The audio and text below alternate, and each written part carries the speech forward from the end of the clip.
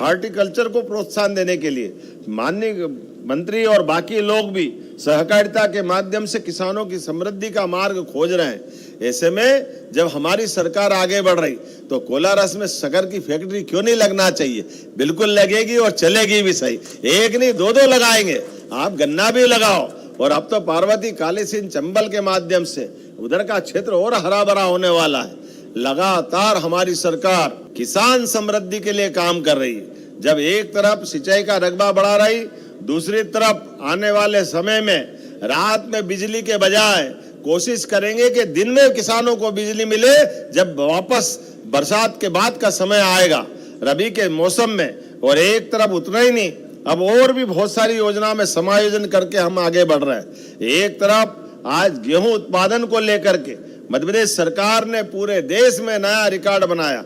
अब तो हमारे रिकॉर्ड हम तोड़ते जा रहे हैं। पिछली बार 78 लाख मीट्रिक टन का रिकॉर्ड बनाया था, इस बार 104 lakh metric ton, 1 crore 4 lakh metric ton गेहूं खरीदने का और 2625 का उनके किसानों के खाते में राशि डालने का रिकॉर्ड बनाया।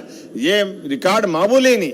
और भावांतर योजना के बलबूते पर भी सोयाबीन के मामले में, और आप तो सरसों के क्षेत्र से आते हो, आपको वैसे ही बधाई। हमने सरसों का जैसे भावांतर की बात करी, मंडियां अपने आप उठ गई। जोरदार अभिनंदन करो। यह है किसानों के लिए एमएसपी के बलबूते पर एमएसपी से आगे जाकर के भाव देने का भी हमारा प्रयास। कोलारस में पहले शक्कर फैक्ट्री, शुगर फैक्ट्री थी, वो बंद हो गई थी। हमारा प्रयास है कि वो चालू हो, बल्कि और भी जहाँ भी लगाना चाहे हम अपनी सरकार के माध्यम से और शुगर फैक्ट्री लगाएंगे। कारण बिजली, पानी, सड़क, सब व्यवस्थाओं में किसानों को समृद्धि आई है। ऐसे में ये अगर गन्ना फैक्ट्री लगती है, गन्ना के माध्यम से गुड़ बनाकर शुगर बनाने का काम चलता है, तो खास करके मैं मान के चलता हूँ कि हमारे किसानों की समृद्धि के लिए जो जो हो सकता है हम वो सब करने का प्रयास करेंगे। शुगर फैक्ट्री लगाना ये किसानों की डिमांड है, तो हम उस पर आगे बढ़ेंगे।